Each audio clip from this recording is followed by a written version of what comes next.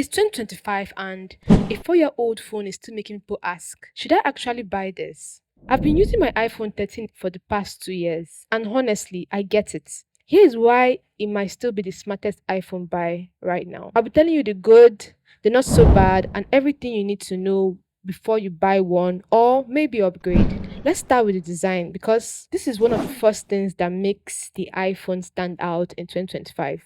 The iPhone 13 still looks clean, premium, and ridiculously well built. You've got flat aerospace grade aluminum sides, a glossy glass back, and that ceramic shield front glass. The same core materials Apple is still using today. This was also the generation that introduced the diagonal camera layout, and even now it blends in so well that unless you study it next to an iPhone 15 or 16, you think it was brand new. Mine has been through years of daily use, a few drops, and I mostly went without a case. But there's a few hairline scratches on the camera rims, but no cracks, no dents, no bends. At 174 grams, it's not a heavy phone, but if you've been using a lighter mid-range phone, you'll feel that extra weight at first. The buttons still feel solid. The matte aluminum frame hides fingerprints better than most shiny metal phones. Though the glossy back, yeah, it's still a fingerprint magnet.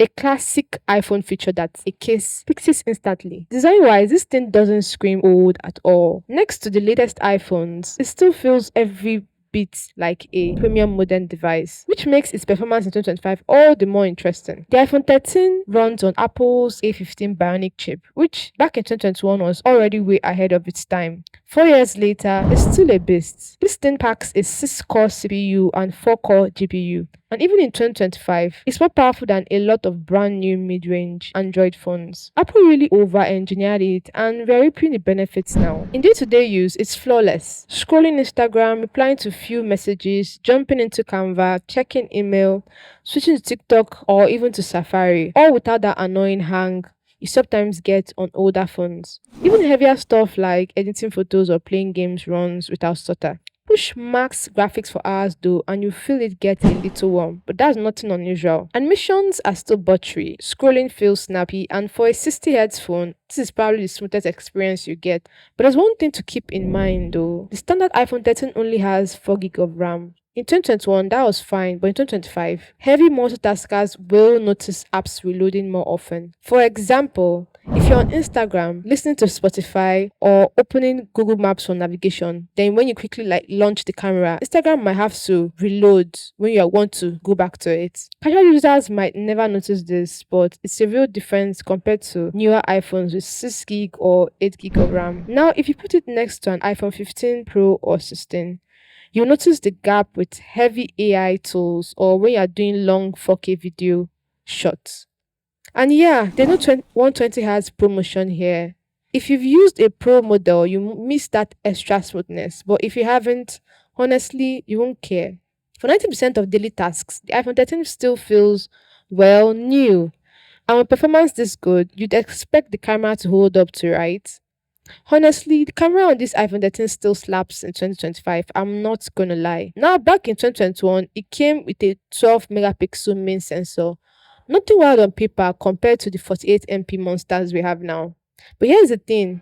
4 years later, it still holds up. Outdoors, it's still sharp. You can zoom into a street sign from way down the road and actually read it. I compared it side by side with my old iPhone 12, and the 13 just gives that extra bit of sharpness and better colors, especially when lighting gets tricky. The ultra wide is still solid, not the widest you'll find now, but the colors match the main lens really well, which is something Apple's always nailed. Portrait mode feels more than two. Clean edge detection, natural background blur, and realistic skin tones without that over smooth filter look. Low light, genuinely impressive for its age. Night mode keeps detail without making it look like someone turned on a stadium light. Sure, if you pixel peep, you'll see noise, especially on the ultra wide, but for Instagram, TikTok, or even some client work, it's fine. Video is where 13 still flexes hard. Smooth, cinematic, and it's stable even if I'm walking while talking to the camera. 4K at 60 frames per second looks sharp with Apple's dynamic range, and uploads to social media stays crisp without the weird compression some phones tend to have. If I'm nitpicking, autofocus in really dark scenes isn't as quick as newer models, and you're not getting the crazy zooms latest flagships offer. But honestly, for most people, this camera is still way more than enough in 2025. Let's move on to the battery life. Now, the iPhone 13 comes with a 3240 mAh battery, which on paper isn't huge by today's standards. But honestly, Apple's software and hardware optimization is still doing its magic. Even after all this time, I'm consistently getting around 6 hours of screen on time with my typical mix of YouTube, Instagram, emails, snapping photos, and shooting videos. That's easily a full day for me. If you're more of a light user, you just scroll, test, and do the basics. You can even push it into the next morning. Of course, your battery health will depend on how you've treated it.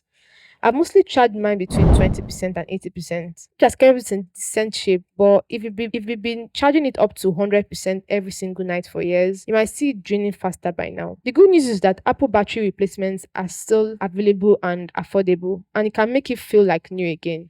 Charging speed is fine. It supports 20 watts fast charging, so I can go from 0 to 100% in about an hour and a half. Wireless charging works too. You've got 15 watts with MagSafe and slower speeds with standard key, though I personally just plug it in. And yes, it's still lightning in 2025. One thing I really like is how little power I lose on standby. If I forget to charge it overnight, I usually only see a 3 to 4% drop, which is still better than some brand new phones today. Heavy tax, of course, will eat into it. An hour of recording 4K videos can chew through 20 to 25% in one go. So yeah, the iPhone 13's battery in 2025 isn't breaking any records, but it's still comfortably above average. Unless you're gaming all day or living in your camera app, it will get you through the day without any worry. And even with some wear, Apple is still giving it the latest iOS updates, which helps it run smoothly. The iPhone 13 launched with iOS 15 back in 2021, and since Apple usually gives iPhones around 6 years of major software support, mine is currently running on iOS 18 and should keep getting big updates for another 2 to 3 years. But security patches even beyond that. That means in 2025, you're still getting Apple's privacy features, security fixes, and new tricks without feeling left behind. All the core ecosystem stuff, Face ID, iMessage, AirDrop, Apple Pay still work flawlessly. Apps like TikTok, YouTube, Gmail, everything runs without any your device is no longer supported nonsense. And with iOS 18,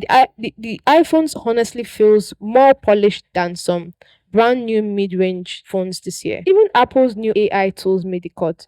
I can literally type, show me my pictures from August 3rd, and Spotlight pulls it up instantly. The new on-device AI for photo editing works beautifully here too. Performance-wise, it's smooth, though the animations might be slower than on an iPhone 15 Pro, but nothing that gets in the way of actually enjoying the phone. You still got 5G, Wi-Fi 6, Bluetooth 5.0, and rock solid AirTag and Find My support. The stereo speakers, loud, clear, and they're perfect for Netflix or YouTube. Haptics are still sharp and clicky and will give you that Apple feel every time you tap. And the IP68 water and dust resistance means you can still survive the occasional spill or water accident. But putting it all together, the iPhone 13 in 2025 isn't just still working. It's still an easy daily driver, like an easy phone. And when you pair that with today's used market prices, the value starts to look very, very tempting. Back when it launched in 2021, this phone was around $800 to $900, depending on storage. In 2025, you can grab an iPhone 13 for around $300 to $400. That's roughly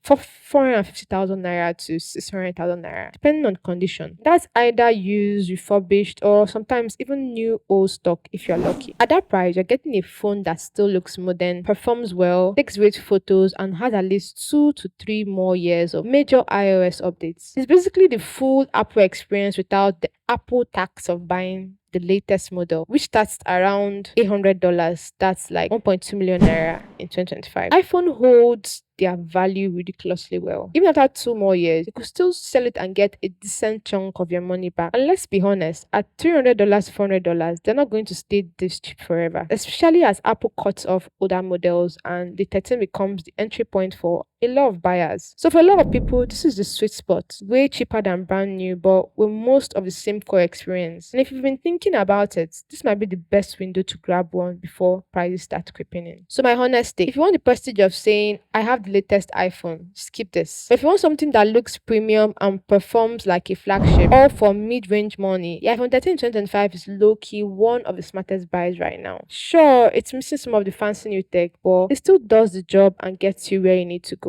If you're a power user chasing the latest AI tools or you need 2-day battery life, look at something newer. But if you just want a reliable premium iPhone without the hefty price, the 13 still makes a lot of sense, especially if you know where to buy from. But what about you? Will you still use the iPhone 13 2025 or is it finally time to move on? If so, let me know in the comments.